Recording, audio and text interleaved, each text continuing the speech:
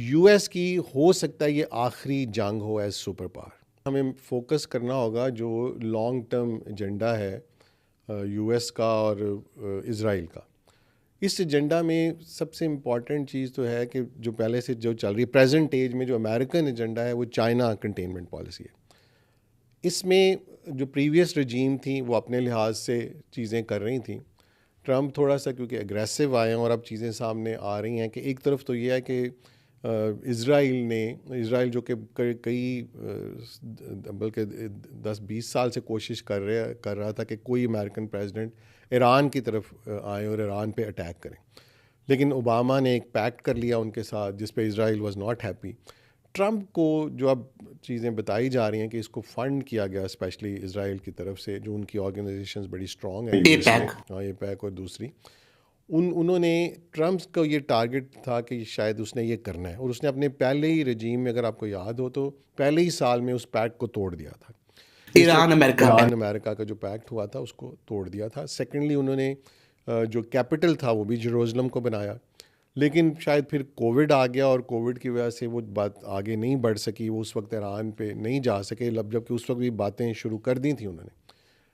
اب انہوں نے آتے ہی اس ایجنڈا کو ٹیک اپ کر لیا، اور آلریڈی کیونکہ مڈل ایسٹ کی ایشو بہت سویئر آپ کو پتہ ہی ہے کہ کتنا برا خراب ہو چکا تھا غازہ کا ایشو، انہوں نے اس کی پیس کا ایک جو کیا کہیں گے بورڈ آف پیس جو چورن بیچا لوگوں کو کہ میں آ کے پیس کراؤں گا غازہ پہ. پیس تو انہوں نے کرائی لیکن نو بڈی نیو کہ ہی ہیڈ ہائر آبجیکٹیو، اور وہ انہوں نے سارے پھر آہستہ آہستہ ایکسپوز کر دیا. اور ابھی ان کو آئے 1 سال ہی ہوا ہے اور ہم دیکھ رہے ہیں کہ اب ایران پہ اٹیک ہو گیا. تو اٹیک یہ ہونا تھا، شاید تھوڑا بعد میں ہوتا، وی ڈونٹ نو. لیکن یہ جو چیزیں جو آپ نے بیان کی ایپسٹین فائلز کا اور دوسرا جو ان کے الیکشنز اور ڈسٹریکشن،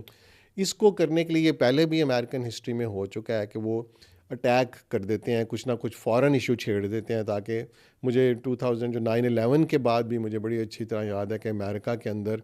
بہت زیادہ ایک کارپوریٹ سکینڈل آ گیا تھا جس میں اینرون کی کمپنی لوگوں کو یاد ہوگی اور اس طرح کی چیزیں بہت، اور اس میں جو سیکیورٹی ایکسچینج کمیشن ہے اس کے اوپر بہت زیادہ تنقید ہو رہی تھی کہ انہوں نے ان کمپنیز کو جو کارپوریٹ فراڈز ہو رہے ہیں. لیکن ایک دم یو ایس نے عراق پہ اٹیک کر دیا، اور آئی اسٹل ریکال کہ اس کے بعد میڈیا پہ وہ کبھی نیوز دوبارہ آئی نہیں،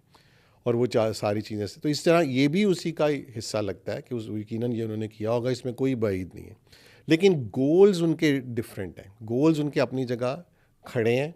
وہ انہوں نے اپنی پلاننگ اسٹریٹجی کی ہوتی ہے کہ انہوں نے یہ اچیو کرنا ہے. وہ چائنا کا اسرائیل کا تو ایجنڈا ہے کہ وہ جیسے ہم اب سامنے بھی آ رہا ہے، وہ اس ریجن میں اپنا کنٹرول کرنا چاہتے ہیں، گریٹر اسرائیل اس کو کہہ لیں، اور وہ ایک ہیجمونی کریٹ کرنا چاہتے ہیں. یو ایس کا ایجنڈا ہے چائنا کنٹینمنٹ، اور اس میں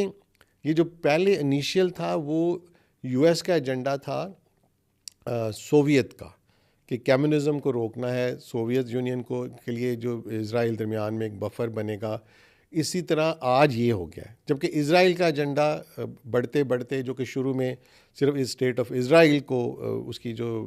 کی سیکیورٹی تھی، وہ اب بڑھتے بڑھتے گریٹر اسرائیل تک چلا گیا. تو اسرائیل اس میں اپنا ایجنڈے کا اسکوپ بڑھاتا جا رہا ہے. یو ایس کا وہ سوویت سے سوئچ ہو کے اب چائنا کنٹینمنٹ میں چلا گیا. ڈاکٹر صاحب اس وار کا آپ امریکہ پہ، اسرائیل پہ، ایران پہ کیا امپیکٹ دیکھتے ہیں؟ دیکھیں اس کا امپیکٹ جیسے تھوڑا سا آپ نے بھی مینشن کیا کہ اس وقت یو ایس جو ہے وہ اکنامکلی آج اس جگہ پہ نہیں کھڑا جہاں وہ آج سے 20 سال پہلے تھا.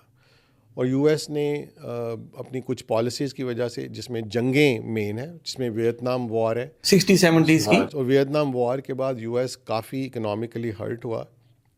تو انہوں نے بریٹن ووڈ ایگریمنٹ کو بریک کیا، گولڈ سے اپنی کرنسی کو ڈیلنگ کیا، اور ڈالر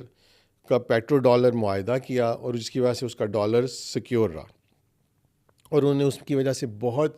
زیادہ پرنٹنگ کی. یو ایس سے جو تھی مینوفیکچرنگ وہ بھی باہر جانا شروع ہو گئی. چائنا اس وقت 80s میں رائز کرنا شروع ہو گیا، اور بزنس مین کو وہاں بہت اپنا انویسٹمنٹ اپرچونیٹیز ملیں، پیسہ جو تھا وہ شفٹ ہونا شروع ہو گیا. تو یو ایس لیکن اپنے ڈالرز پرنٹ کر کے اپنا اکانومی کو سسٹین کر رہا تھا. اب وہ سچویشن تھوڑی چینج ہوتی جا رہی ہے، جس کی وجہ سے یو ایس اب تھوڑا ڈیسپریٹ ہے. اب اس کے لیے چائنا کو پہلے انہوں نے، اور وہ سمجھ رہے تھے کہ چائنا کو ہم جب بزنس میں لائیں گے، کیپٹلزم میں لائیں گے تو یہاں ڈیموکریسی بھی آ جائے گی اور آہستہ آہستہ جو ہے نا ہماری ویلیوز وہاں بڑھ جائیں گے، لیکن وہ ہو نہیں سکا، اور چائنا ایک اپنی اس میں اتنا آگے بڑھ گیا کہ اب ان کے لیے سنبھالنا مشکل ہے، اس لیے اس کی کنٹینمنٹ کے لیے وہ اب